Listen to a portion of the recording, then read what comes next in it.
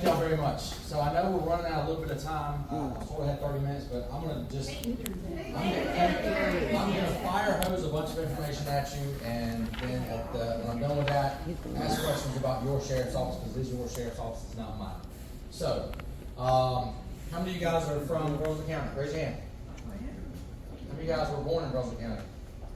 I knew there was one when I walked in the room and said, two. How many of you guys are from the north? Raise your hand. That's typical. Anybody from the south, Florida? Okay, Georgia. Okay, good. All right. So that's kind of the slate across every time whenever I talk to somebody or talk to a group. So don't hold this against me. Okay, I was born in Connecticut. My dad. There's usually a couple claps whenever I say that. My dad was in the Navy. He did 6 years. So I was actually born on the base. He was on the nuke subs, and then we moved down here because of the power plant. So I've been here 43 years. There's 5 kids in my family. Myself and the brother right below me. We were both born on the base and then got here as quick as we could. I don't remember anything about Connecticut. I've never been back. I hear it's nice, depending on who you talk to. They've got those one-stop flights, but I've never ventured out to go up there and see where I was born. Maybe one day I will. The brother below me, he's in the Air Force. He retired younger than I am. I should go in the military. Retired by now. How many veterans we got in the room? Thank you for your service. I appreciate that. So moving down the line, I said 5 kids, 4 boys, 1 girl. The girl's in the middle, so the girl's the next one. She was born and raised here. She worked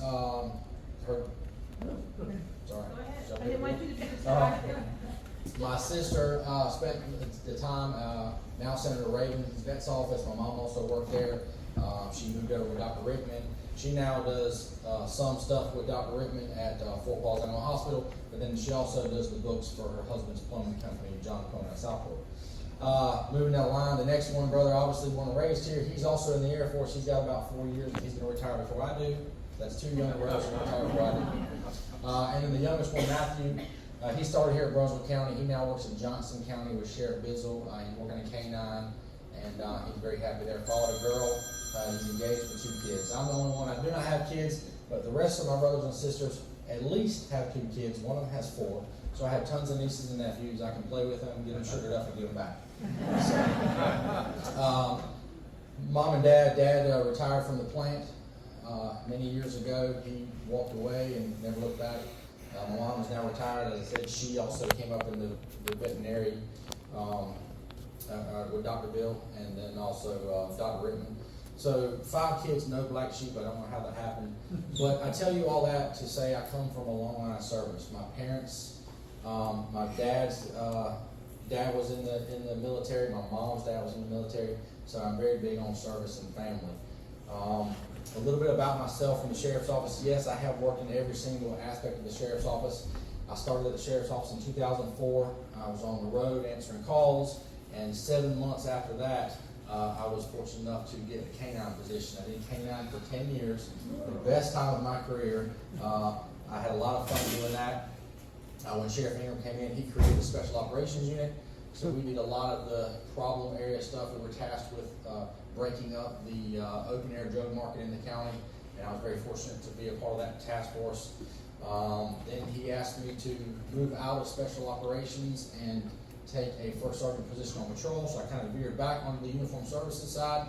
Still lucky enough to keep a K-9, and from there I started moving up into the command staff level. Not as fun, that's for sure. So when I first made lieutenant, I was working on the uniform services side.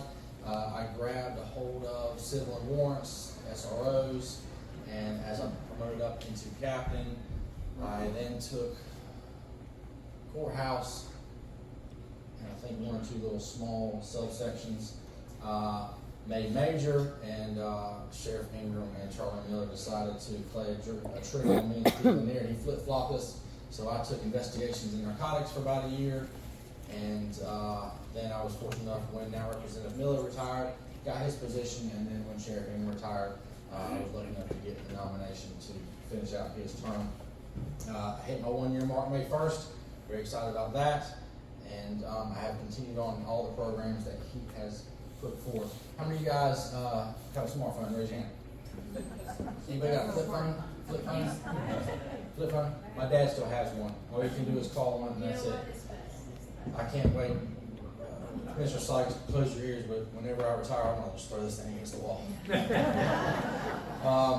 But so, how many of you have our app?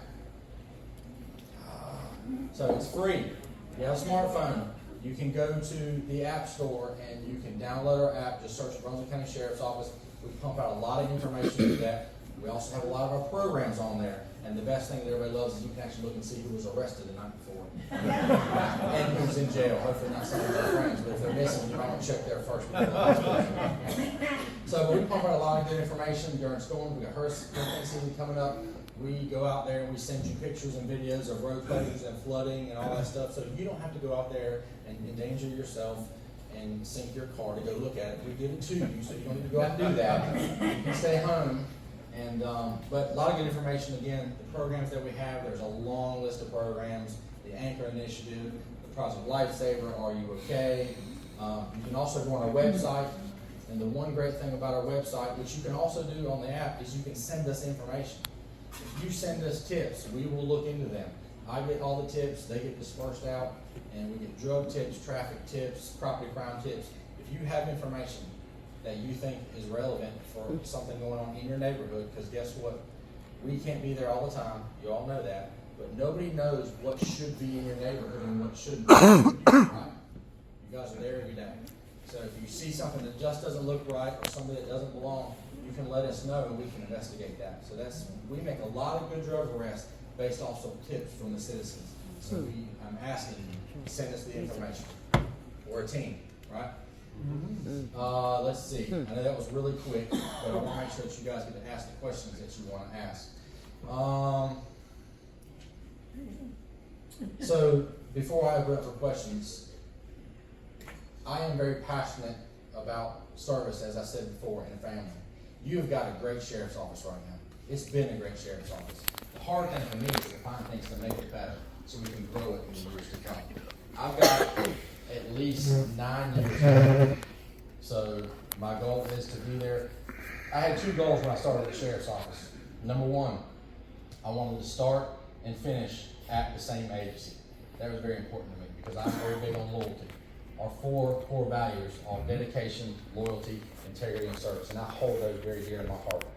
So, and you have a lot of good men and women working at an agency that are very passionate. How many of you guys have anybody been through our Citizens Academy? Awesome.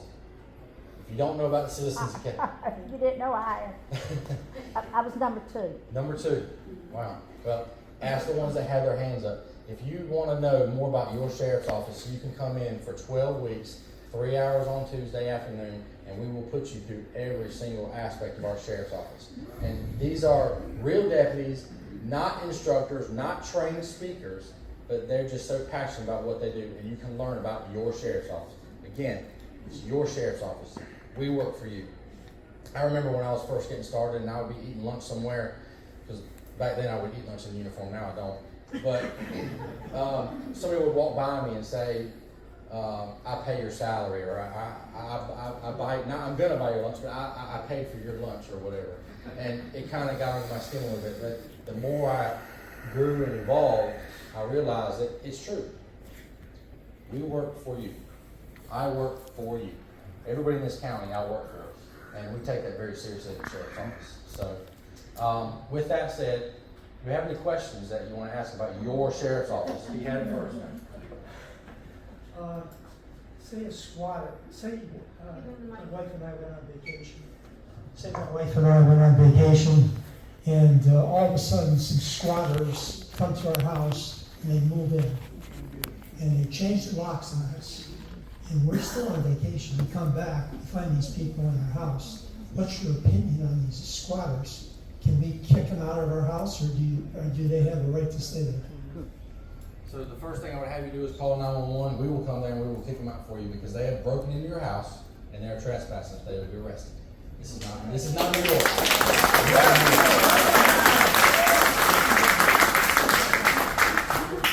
To date, we have not had any issues like that. You know, We had an issue with somebody out west in North Carolina. They had some squatters in the house. We had to find some other house because the guy that owned the house wouldn't kick them out. But yeah, you will be charged with breaking and entering, and you will be charged with trespassing, and you will go to jail. Yes, ma'am. Sheriff Chism, hi. I'm Dr. Judy Patterson. We've met briefly a couple of times. I have an assumption first. I want to ask you if my assumption is correct, that you believe that you are a constitutional sheriff. Yes. Great. Well, that helps. I just want to make a brief statement and ask you a question about it. Sure. Okay. As Sheriff of Brunswick County, you took an oath to uphold and defend the Constitution from enemies, foreign and domestic. In the history of the world, and history now, the government tyranny has violated the freedom granted to each of us by our Creator, more than anything else. And it is the duty of the sheriff to protect his county from those who would take away our freedoms, both foreign and domestic, whether they be terrorists of Yemen or from the Washington, D.C. Justice Scalia, in a writing for the majority in 1997, had a decision that said the states are not subject to federal direction. He confirmed that the sheriff is the chief law enforcement officer of the county. This landmark decision is one in which two small county sheriffs headed the feds headed the feds off at the pass and sent them on their way. Now my question to you is this, and this is of course a question that is an example, all right, if the FBI comes knocking on my door and I call you, are you going to head them off at the pass and you're going to send them on their way? So the first thing number one, they're not going to control what we do. And a lot of times when people ask that question, it's mostly about gun rights and stuff like that. So I'm going to clear that up real quick so there's no other questions. You are not going to see me come knock on your door and take your guns. Yeah. It's not going to happen. It's not going to happen. Now, we have a great working relationship with our federal partners here in Brunswick County. We've got some people on task force, so we communicate. So if you were to call me because the feds were knocking on your door, I would come there, I would speak to them, and try to get to the bottom of whatever that issue is. I don't know, just walking into the situation, can I kick them off and tell them to leave? No, because I don't know what they're investigating. So once I got all the information, depending on what they were there for, then we would work through that, and I would be there with you for that. But to say just generally, am I going to cut them off and kick them out? No, because I don't know why they're there. Except you really do have the power to do it. So yes, but we also have a good working relationship with them. I understand. So if we've got somebody now, typically they do come in our county, and a lot of times, most of the time, we work with them, and they will let us know they're coming in. If they have an investigation, if there's a search warrant or whatever. So that's that good relationship and communication that we have. But if you haven't broken the law, they should not be at your door. Okay, but you would have to give me more context as to what they would be there for. But if you've not broken the law, then no, they have no right to be on your property. Well, what some of us would say in that type of situation is a question of jurisdiction. And who's going to have jurisdiction? If the feds are there, they're under some sort of federal jurisdiction. Correct. And if they don't, and there's a conflict in the Constitution, because there was no such thing as a federal citizen until the 14th Amendment. And if you read Susan B. Anthony, that was created for the court said it was created for newly freed slaves. But it said that everybody was a citizen of the state they're born in, as well as a U.S. citizen. Previous to 1887, when that amendment passed, there was no such thing as a federal citizen. Your 4th Amendment, or your Article 4, Section 2, citizen, uppercase citizen of your state. Look in the 14th Amendment, federal citizen is lowercase. Is that a mistake? So my question would be, what's the supreme law of the land? Well, at the end of the day, again, we have great communication with them. I'm going to find out what's going on, and I'm going to be there for you. But if you've broken some federal law and they're there for a reason, legitimately, I can't stop them. Actually, you can. But anyhow, I want to put this to you. Great book. trying to tell him he can stop him. I appreciate that.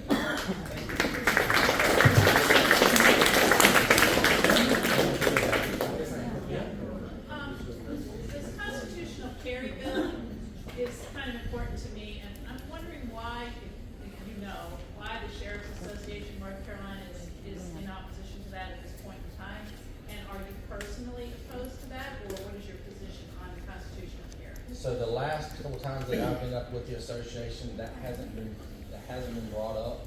So, but, we've got a, I'm sorry, we've got a conference coming up, and I will find out, because the executive committee usually decides what we oppose and what we are strongly agreeing with. So our legislative day got canceled. It was supposed to be in May, so we didn't get to have that. So that's where we usually get the information. But we have a conference coming up, so I will find out about that bill in particular and see why they're opposing that. I'm waiting on a renewal right now. I mean, that's $75. Your concealed carry. I can afford that for my concealed carry renewal. Right. I can afford it, but many people can't. So I would say it's unconstitutional to make people pay to protect themselves and have to conceal their weapon. They have to have a permit. And no offense, but let's follow the money. $75 times all these people with concealed carry permits brings in a lot of money for sheriff's office. What bill is that in particular? Because I haven't heard them talk about that yet. Oh, it's a big bill that's being stalled out by the Republicans, and this state is way behind the ball on that one. Yeah, I haven't heard the Sheriff's Association talk about that. Okay. So, and they have somebody that is out there in Raleigh every single day paying attention to everything while the legislators are there. It's a big So, deal. just give me that number so I can look and I can talk to some of our representatives as well, and also the association and charity. Good. Just give me when we're done. Just tell me the number. That's all I need. The concealed carry.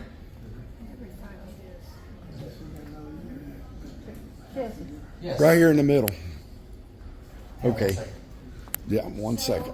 When you were at the last town hall meeting, and the sheriff's got a reward at the, Leland town meeting, Yes.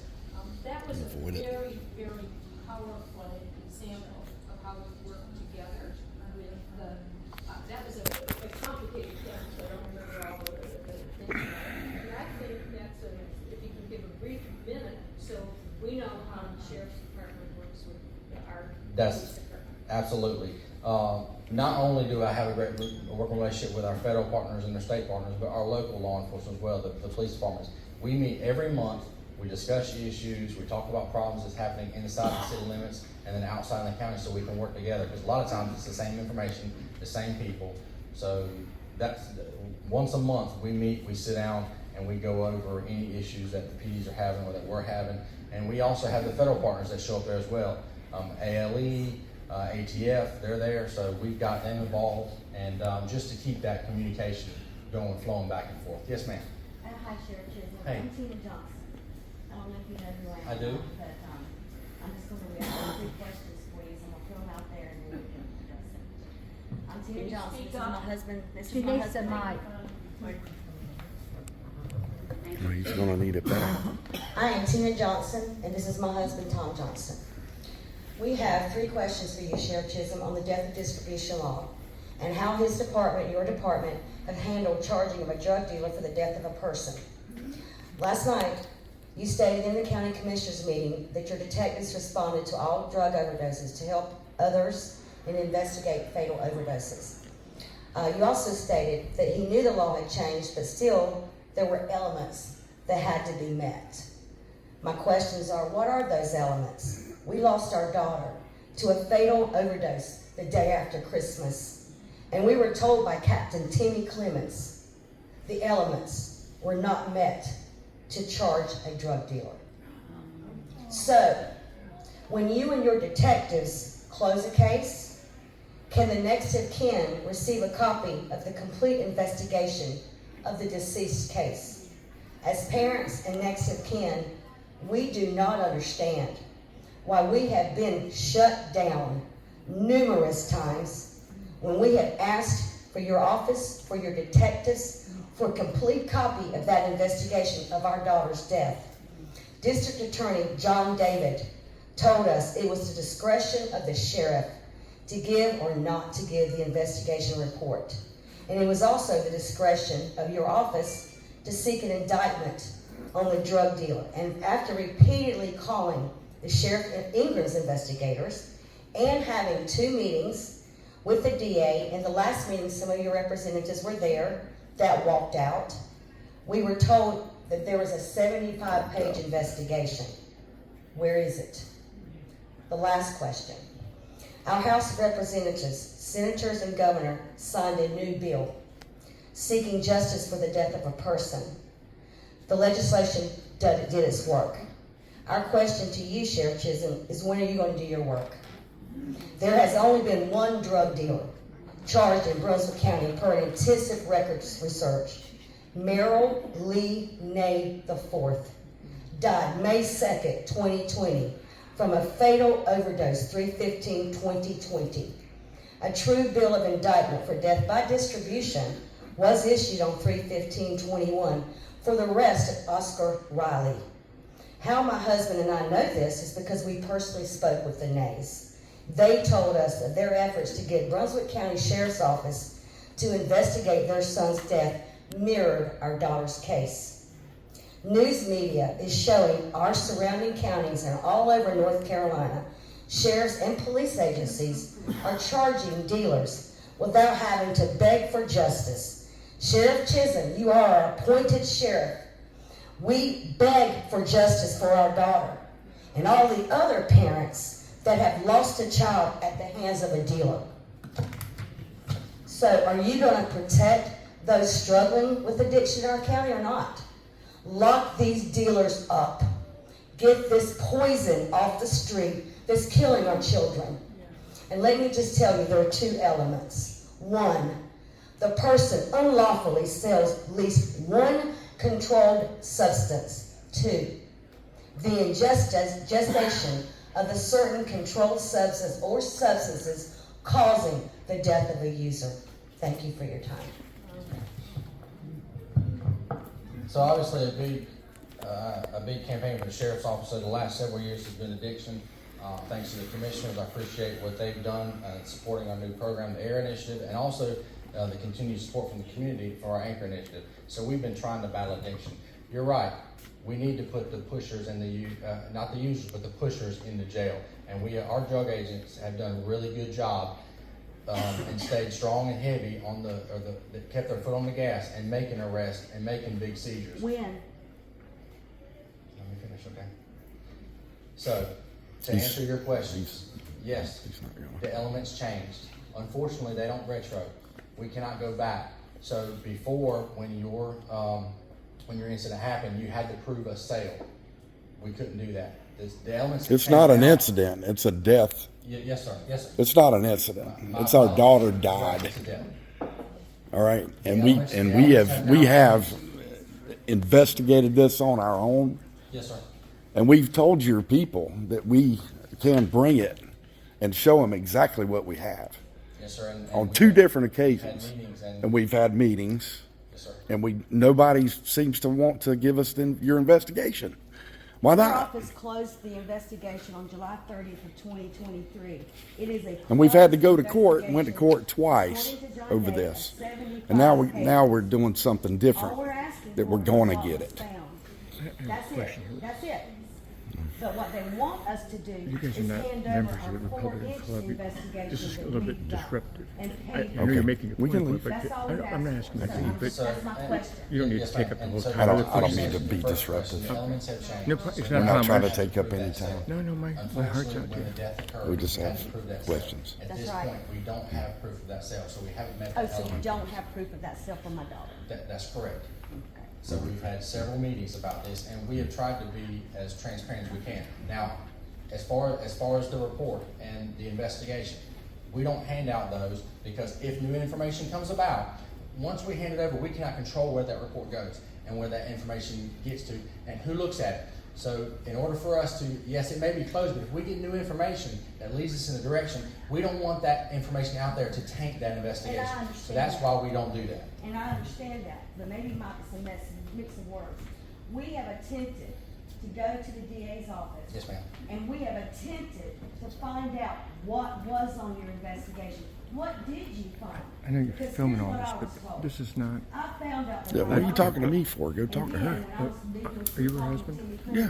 I haven't had no one. But I'm not her ruler. They were talking about these meetings that you're hearing about. I wasn't there, but at one of them. And then I've been in the DA's office. And every time I called, and I have records of But I can- everything I'm claiming. Yes, ma'am. Nobody. And Timmy Clemens told me he believed it was gonna be overdose fentanyl. He called before the reports that we were talking about last night, taking time. It took 8 months for us to get a death certificate and a toxicology report. And we went back to sheriff's office and we drove Lynn Emery Yes, ma'am. and got nowhere. So you know what I'm speaking about. Let's shut it down. Tina, let's shut it down. We're done.